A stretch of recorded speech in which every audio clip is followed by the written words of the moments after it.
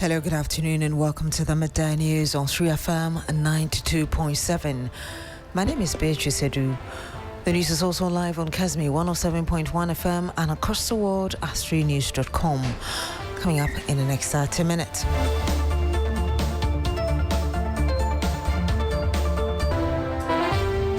Chief Executive Officer of Ghana Goldbod calls minority leaders a bluff over 22 billion cedi financial loss to the state, indicating his availability for a parliamentary summon.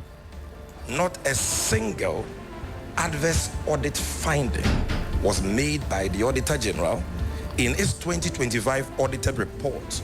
We'll bring you more of that press conference that is still ongoing. Also this afternoon, coalition of unemployed graduates with disabilities gather at Jubilee House to demand answers on what they describe as years of unfulfilled promises on employment opportunities for persons with disabilities.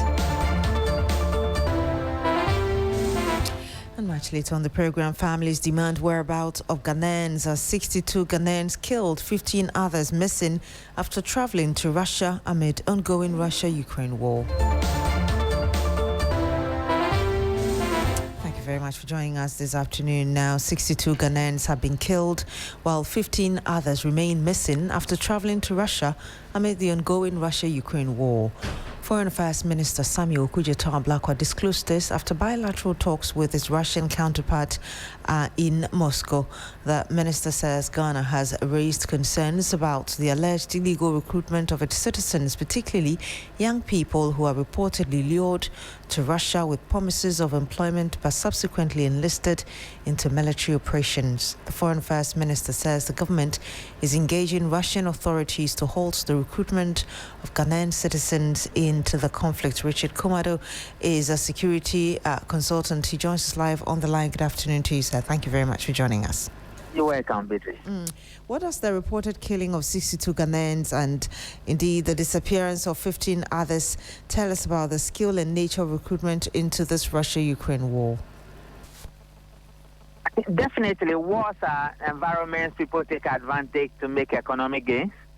And many of our people who have been sent to Ukraine or Russia to fight, and there might be people who have no knowledge of the arrangements made for them. They might have no knowledge about the contract being signed, and they have no knowledge of the recruitment procedure. Of course, those who are military officers, we call them contractors, and they have combat experiences. So the likelihood of them being killed is a little bit lesser as compared to civilians who have less experience with using the equipment in that regard to go to the front line. It's a bit worrying, but I think it's also a case that we have a responsibility as a nation to engage our people through public education, to alert them of some of the fraudulent means people may use to lure them into situations such as the war in Ukraine and Russia. And talking about luring, how are these recruitment networks able to lure young Ghanaians with promises of jobs and ultimately really get them into these military operations? Because the cliff to travel abroad is very high, every opportunity presented to them, most people are likely to fall. Even when it comes to travel and holidays, some of them collected monies that they never fulfilled the promises. People get stranded. As we speak now, there's a contingency in Eastern Africa that are stranded because a travel and tour operator did not fulfill the promises. And so many of our people will not find out who is really behind this recruitment procedure, where exactly they are going, what are the opportunities being offered to them, but they will sign on and pay some level of money to them. And once you get to your final destination, the likelihood for you to be pushed into a position of vulnerability is very high. You may not have your passport, your movement will be restricted, your communications will be monitored, and they may sign fictitious and dubious contracts on your behalf and push you into a conflict you have no idea. And with a little day or 2 or 3 or weeks of training, you are being sent to the front line. The likelihood of you not making it or being wounded is very high. And that is the situation some of them find themselves. At the end of the day, it is in Ghana's interest to want to protect its citizens. 62 dead, 15 others missing. What concrete steps do you believe the country can take to prevent further damage, as it were? I think there are levels of it. These are people who travel voluntarily. It's not Ghana government who sent them to Ukraine or Russia. These are people who sign contracts that Ghana government have no clue. But I think because we care about the welfare of our people, charity begins at home. We might want to begin to educate our people, learn the families are calling on the police, and the police have the capacity of arresting the perpetrators, and they must start from there. And we will all help in the public education, just like we are doing now, to create awareness of some of the dangers of traveling abroad in the name of employment, where what lies there you have no clue. So that is the best way to go, because we may not have full control over what individuals do with their lives. Mr. Kumado, thank you very much for speaking to us. You're welcome. Richard Kumado, Fraud and Security Consultant. We're also joined by Dr. Ishmael Lobo. He's an international relations expert. Good afternoon to you, sir. Thank you for joining us as well. Good afternoon, and good afternoon to your listeners. How do you see the significance of Ghana's decision to raise this matter directly with the Russian government? Well, thank you very much. I think that is the first step in trying to address this issue, because if you look at the relation between Ghana and Russia, under this current government, it is quite cordial. So I think using the bilateral channel is the appropriate channel to use. And mind you, because of quite a complicated issue, you never know who is recruiting who and at what pretense they are recruiting them. And so, but the final place they end up is in the Russian Federation. So if you engage them appropriately, that may help you to raise the issue with them and then find a mutual solution to it. So I believe that's the first step to try to address this issue with the Russian Federation. Because if you escalate it even to try and enforce it through international law, there's a few provisions that you may be looking at. And many of those are complicated. They are not direct to foreign fighters, particularly if you are not so sure the terms of the contract they enter. For instance, you may want to look at the 1989 International Convention Against the Recruitment, Use, Financing, and Training of Mercenaries. But many of these people may not fall under that, although some definition of mercenary or foreign fighters may apply to them. For instance, you are looking at somebody whose intention is purely finance. But here we are also seeing people who actually were not intending to join the military, the Russian military. So it could be complicated if you go that way. So I believe that yes, the only approach left, given the nature of the Russian Federation, is to engage them bilaterally, because they are even not a party to that convention, although we are party to it. And of course, in addressing it, you must find a way to disrupt the local network that is recruiting them. In actual fact, that local network is breaching the laws of Ghana, because if you look at the Foreign Enlistment Act 1961 at 75, you'll find out that if you, under false pretense, get somebody into a foreign army, you have actually committed a crime in Ghana. So I think that apart from the public education, the security services must go ahead and find those perpetrators, those recruitment agencies who are active in Ghana, and disrupt them. And this should be understood as part of a broader transnational crime relating to human trafficking. They are using the same method that they have used in terms of trafficking prostitutes, network trafficking children, and so forth. The same method is what they are using. So the earlier we get to work and disrupt that network, the better to be going forward. And briefly, you heard Mr. Kumado talk about the fact that a lot of these young people are deceived into going into Russia, and then they are employed to work within the law or conflict. If indeed the government of Ghana finds out that that is the case, are there any demands that it can make of Russia? But you can't make any demand on Russia specifically. It's quite a complex, as I said, within the international law. It would be a very complex thing to take the Russian Federation to a certain crime under international law, because you never will understand the nature of the contract they have. If assuming the person gets enlisted into the Russian army, become a regular Russian fighter before deploying to the conflict zone, then you may be able to raise a compensation claim under standard military compensation within the Russian Federation. But the nature of their deployment virtually look at people who have been smuggled, trafficked, and forced to do a particular way. If you can prove that the Russian Federation is guilty of this recruitment, then you may be able to pursue some compensation claims against them. But it will be very complex to get evidence because of the nature of their recruitment. So it is going to be complex, and so that is why perhaps the state of Ghana is pursuing the bilateral and trying to do the public education. But I think that the people that you can actually hold responsible are those local people which are within the jurisdiction, which fall actually within Ghanaian law, and Ghanaian law have quite a number of provisions that you can use to pin down those people. So yes, in terms of getting the Russian Federation to pay compensation, that will be very difficult, although not impossible. But then again, you are looking at other priorities of Ghana-Russian relations, so you may want to dialogue bilaterally and see if you can even get some compensation through the diplomatic channel. Indeed. Thank you very much, Doc, for speaking to us. Thank you for having me. And you had Dr. Ishmael Hlovo. He is an international relations expert. 11 minutes past the hour of 12. Stay with us. We're back with more. Freezer, yeah, diaba. Adama for diaba. A freezer. Adama, a Kwafosemensia. Adama. Metimoso, mas.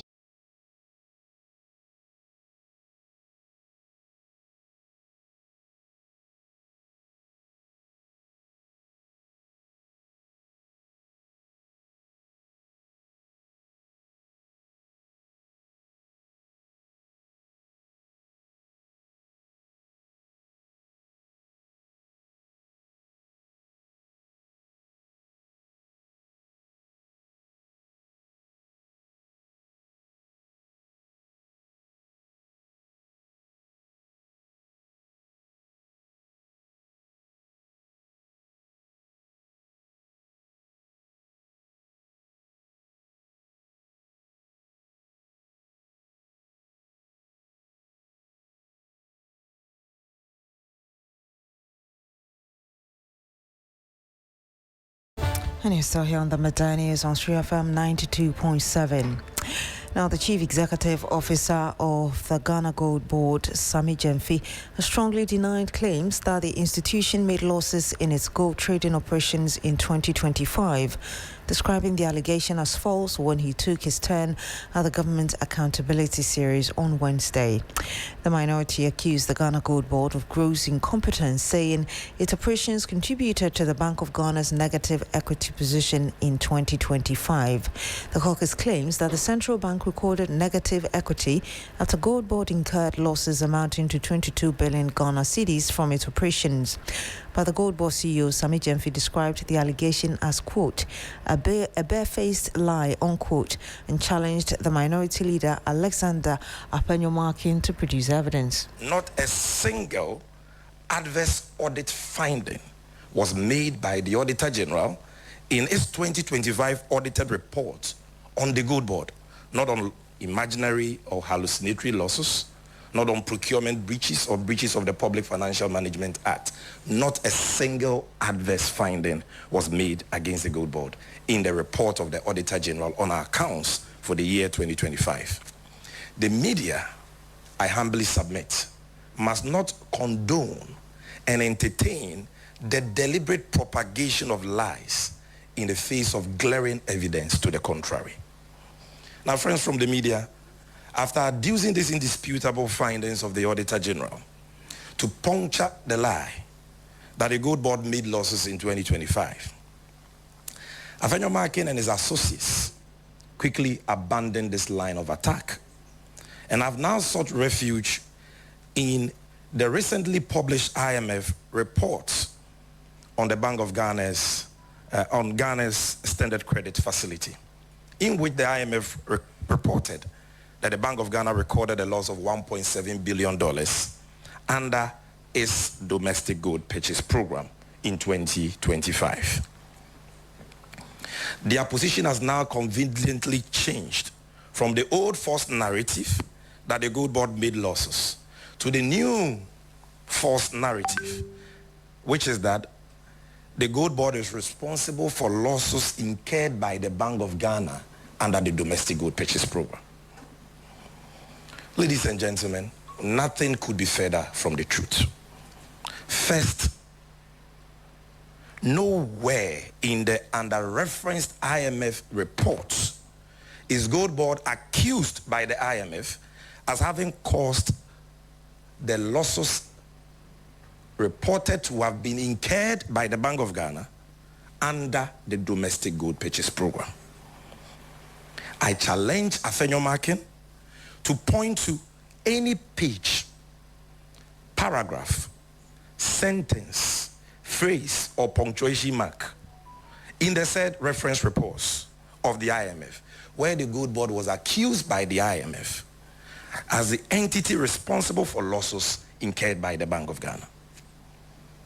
In summary, ladies and gentlemen, what the IMF report states is that Bank of Ghana incurred losses through the sale of gold under its domestic gold purchase program of $400 million in the year 2024 and $1.7 billion in the year 2025. And that the 2025 loss of $1.7 billion was as a result of, I'm quoting the IMF verbatim, the scaling up of the domestic gold purchase program, not incompetence or mismanagement. According to the IMF, that loss was as a result of the scaling up, the expansion of. And I had there the CEO of the Goldbod, Sami Jemfi. Now, this afternoon, members of the Coalition of Unemployed Graduates with Disabilities have gathered at the Jubilee House to demand action on what they describe as years of unfulfilled promises on employment opportunities for persons with disabilities. Samuel Adams is live with them. He joins live on the phone. Samuel, tell us what the current situation is.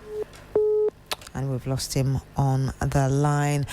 We'll try and connect to him and bring you the latest from there. As we do that, Minister for Roads and Highways, Kwame Gavin-Sagbuja, has tasked the contractor working on the Accra-Tema Motorway Extension Project, Maripoma Enterprise Limited, to do more disruptive works in the night to ensure completion of works on that critical corridor within schedule. Despite about 50% completion of work so far, he said that the inconveniences caused by ongoing construction works to the motoring public and called for increased activity on the site.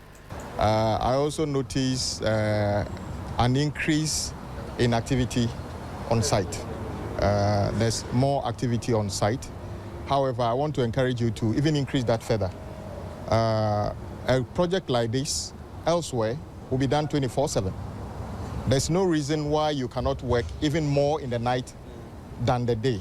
So I'm encouraging you to take advantage of the President's 24-hour economy to do more of the disruptive works in the night and rather scale down during the day and make certain or dedicated lanes available for the public to use during the day. So that is very critical to us. We are hopeful that you can still complete this on schedule, because the motoring public can't understand why they have to go through this for that long period. So please endeavor to make sure that we meet the target. Yes, we have done 50% and the pavement works are quicker. I mean, the work you are doing now are the most difficult, especially in this weather. That is why we keep insisting that take advantage of the good weather and make sure we do, foundation and earthworks and other things.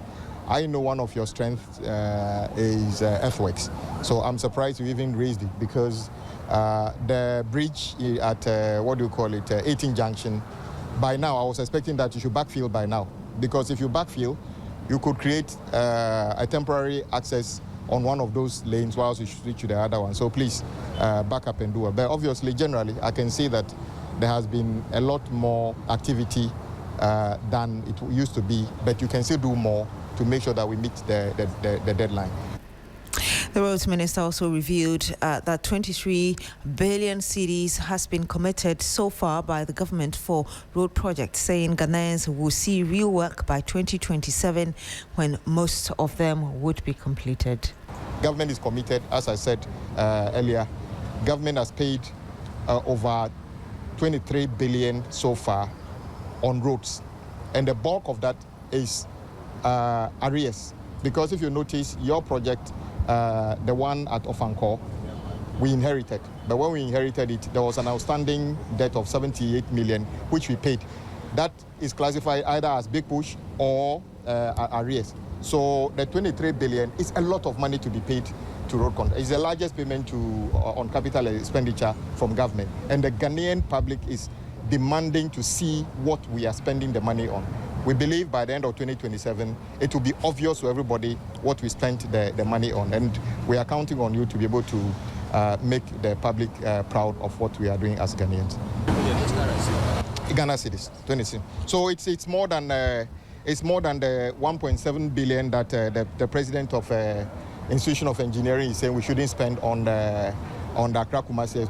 Let somebody tell him that we have paid almost $2 billion already to contractors. We can't spend all the money in the country on road because the other sectors, health, education, and everything, that salaries that needed to be paid. And just yesterday, government, today you saw news item, government paid the DDPE another 10 billion Ghana cedi. So we are actually paying for what matters to people, and also paying for the huge and colossal debt that was left to us. We have paid all those things on time. So President Mohammed's government is actually showing efficiency and commitment to our country, managing the economy well by the the finance minister. We are doing things better for the people of our country, and we have to be proud of ourselves. Today, those who are old know that we will pay you on time. That is what it's required. We are not going to default on our debt. We are going to pay. Also doing the things the president committed to in improving infrastructure in our country.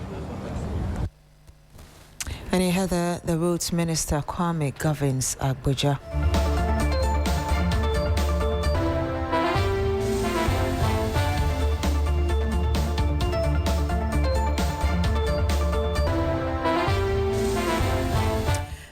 The Accra High Court has adjourned the bail application pending the appeal of former NPP Ashanti Regional Chairman Wontumi to the 15th of October 2026. Lawyers of Chairman Wontumi were expected to move the bail application on Wednesday, but both lead counsel Samuel Atachia and his client were absent in court.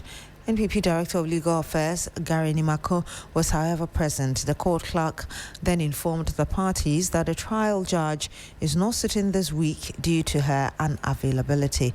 Wontumi was given a 20-year jail term by the Accra High Court after he was convicted of illegal mining-related offences. Lord Edwasari is our court affairs correspondent. He joins us live on the phone. Lord, what more can you tell us?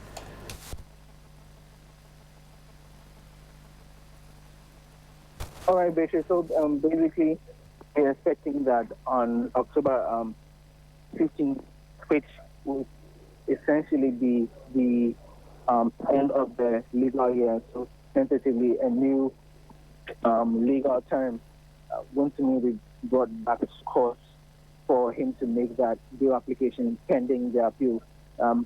We know that, for example, a number of the cases at the High Court have been injuncted because of the injunction application which has been filed by the Fashion Member of Parliament, Kojo Nkuma. And we also know that that injunction application will be heard tomorrow at the Supreme Court.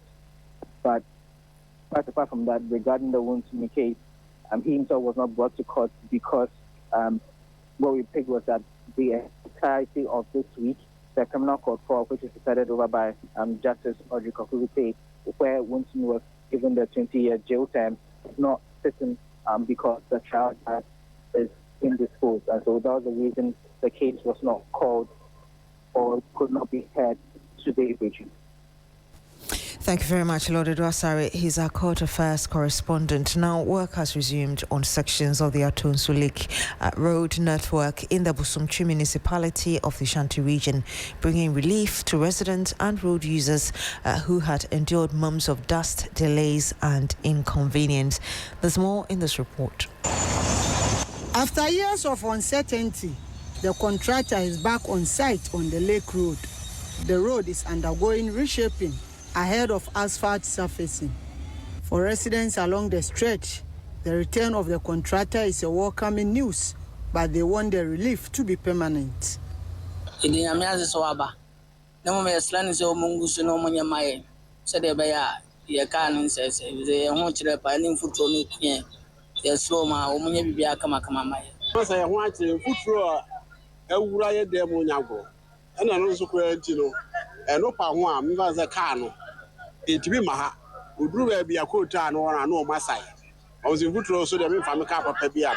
It has over create Janaha, Caribbean, what do you cook? The area will create my so my baby am I. The Member of Parliament for Bosomtwe, Dr. Yaose Buchum, during an inspection, said the road project is critical not only to residents, but also to tourism, with Lake Bosomtwe serving as one of the region's major sites. Great progress is being made, and I'm grateful to the current Minister for Roads and Highways. He promised me that it will be done, and it is being done. We know that Bosomtwe, the lake, is a very important tourist center. We did all the way to Abidjan Kwanta. The new government is continuing, and I'm very grateful to them. And I think at the end of the day, tourism is going to get a great boost, and people are going to be happy that the politicians of this nation do not abandon the work of one government, but they come together. So this is a very good example of what is good when we work together as two governments. The road connecting Feyase to the Ashanti Regional Hospital in Seria has already been asphalted, while work on the Seria Junction to the Seria Township stretch is said to be about halfway complete. For Dr. Educhum, the continuation of projects initiated by previous administration demonstrates the importance of political cooperation in delivering development. With the project back on track, attention now turns to sustained progress and timely completion. Ibrahim Abubakar, TV3 News, Ashanti Region. And so on road-related issues, some victims of the August 13 multi-vehicle crash at Ofanko Barrier are still recovering from their injuries. 12-year-old Angelina Na Adoko, who lost both legs, and her father in the crash, is appealing for urgent support as she adjusts to her new reality. Now, 3 other victims were taken to the Ghana East Municipal Hospital. 2 have been discharged, while Naomi Amidu is stable but needs financial support for her treatment. Meanwhile, 2 of the 4 victims admitted to the Achimota Hospital have been transferred to the Ridge Hospital, while the remaining 2 have been discharged. Nura Mohammed has the rest of the story. Sorry. In excruciating pain at the Ghana East Municipal Hospital, young Angelina has been calling for her father every day since the accident. She does not know that he did not survive the crash. Doctors say she is severely traumatized and is receiving psychological support alongside treatment for her physical injuries. According to her aunt, Sandra, Angelina had joined her ailing father on an early morning trip when the accident occurred. Wednesday, I was home.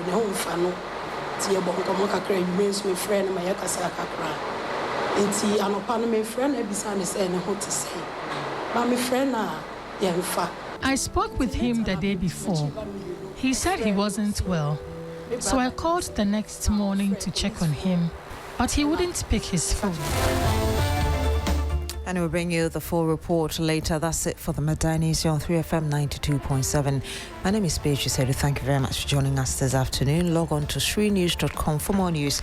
Coming up shortly is Business Daily. Bismarck Awisa is on standby.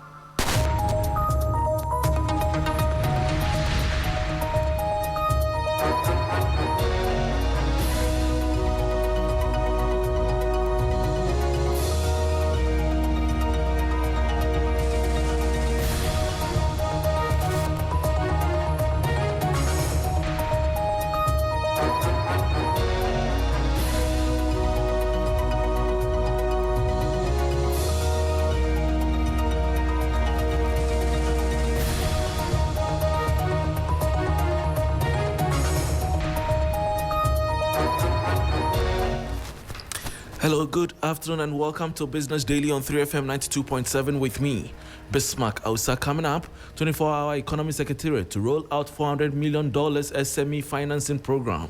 We'll hear from the executive. Our strategy is to work with Development Bank of Ghana. They have access to development finance. Development finance can be very patient. They are also cheaper than normal rate, and they allow the SMEs to be able to build their equity. Also ahead, Ghana Stock Exchange equities market records 73% year-to-date gain as trading activity doubles on stronger investor participation and renewed confidence. As at yesterday, the GSE equities index closed up 73% year-to-date. John, I don't think it's that good in South Africa. Plus, Bank of Ghana strengthens oversight as country advances preparations for effective implementation of non-interest banking and finance. NIFAC shall serve as the Bank of Ghana's advisory council on the governance of non-interest banking and finance. We'll bring you details of our headlines and other stories shortly. Please stay.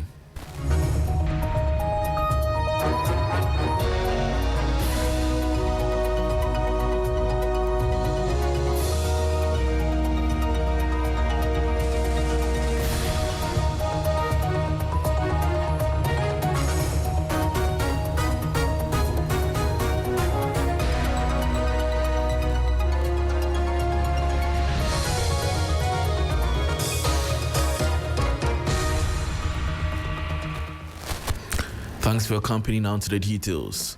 The 24-hour Economy Secretariat is preparing to roll out a $400 million financing program to support small and medium-sized enterprises, SMEs, with the funding expected to translate into about 4 billion cedis.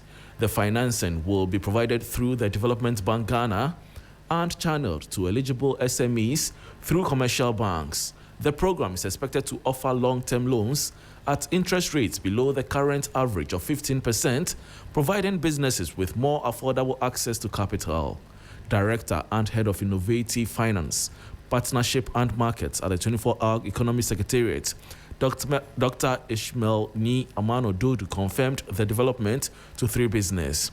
The initiative forms part of efforts by the Secretariat to improve access to affordable finance and support the growth and expansion of SMEs under the government's 24-hour economy agenda. Our strategy is to work with Development Bank of Ghana. They have access to development finance. Development finance can be very patient. They are also cheaper than normal rate, and they allow the SMEs to be able to build their equity and continue to invest in their own production and so on. So we are working with DBG to set up the SME facility. And our target, at the beginning of the program, we have said that, look, we want to be able to build at least 1 billion USD of that, which is about 10 billion Ghana cedis. So our target is at least that amount over the course of 4 years to build that SME facility. At the moment, we are very certain that we'll be able to raise in excess of 400 million USD, which is 40 billion Ghana cedis. And that would then be on lent through the commercial banks. This will become a patient capital, much cheaper than what is on the rate, and it also will give you some 3 to 5 years to be able to pay back. You heard Director and Head of Innovative Finance, Partnership and Markets at the 24-hour Economy Secretariat, Dr. Ishmael Ni Amano Dodu. Moving on, the equities market of the Ghana Stock Exchange has recorded a 73% year-to-date gain, placing it among the strongest performing equity markets globally, while trading activity has also doubled compared with the same period last year. The Managing Director of the Ghana Stock Exchange, Abinamua, says the strong performance reflects growing investor participation and renewed activity on Ghana's capital market. Speaking at the launch of the updated GSE Environmental, Social and Governance Manual, she said the equities index had closed 73% higher as of August 18, 2026, signaling increased investor confidence in the local market. We are also seeing that we are attracting new investors onto the market.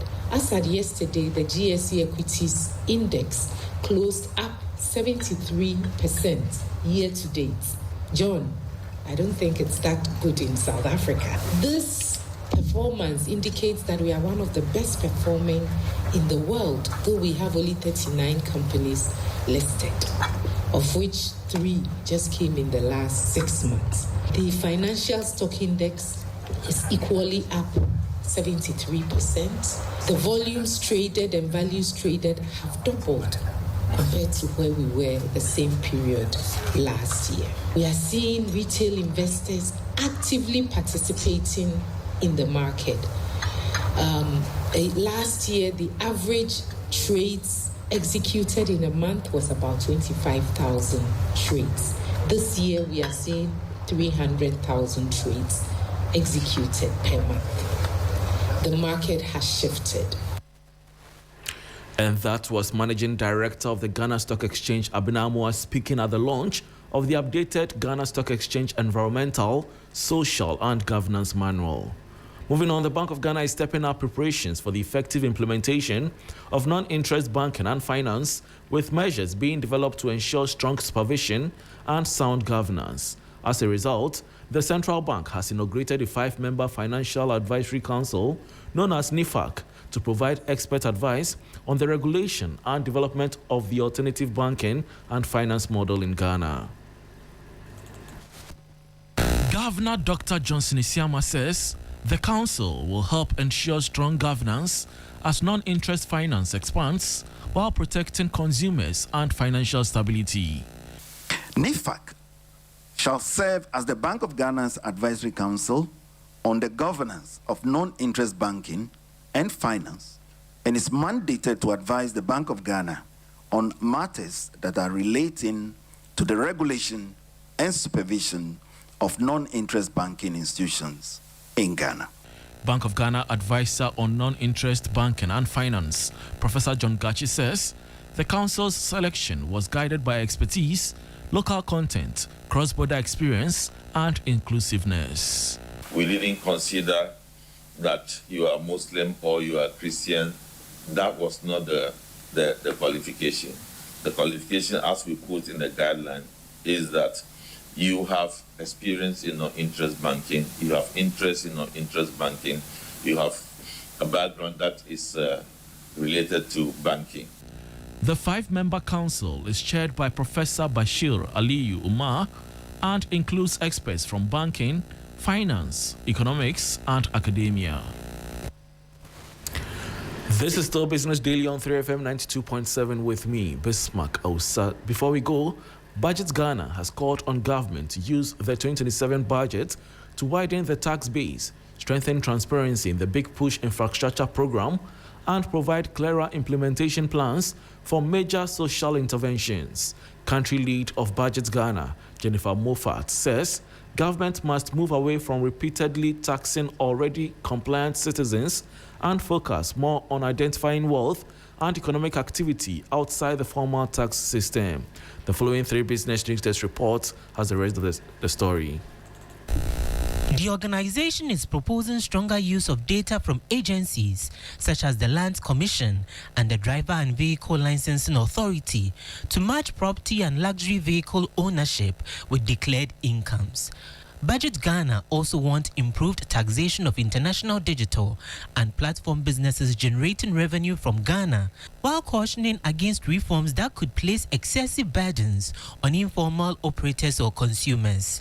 On infrastructure, the group is demanding real-time publication of information on Big Push project, including contractors, locations, timelines, procurement arrangement, and sources of financing. It is also calling for a phased approach to the construction of the 24-hour market based on local demand, security, and commercial viability. For Agenda 111, Budget Ghana wants a clear roadmap for completing the remaining 10 unfinished hospitals, while seeking greater clarity on access and operations under the proposed Women's Development Bank. The organization says stronger accountability must accompany increased public spending to prevent unfinished project, waste, and poor value for money.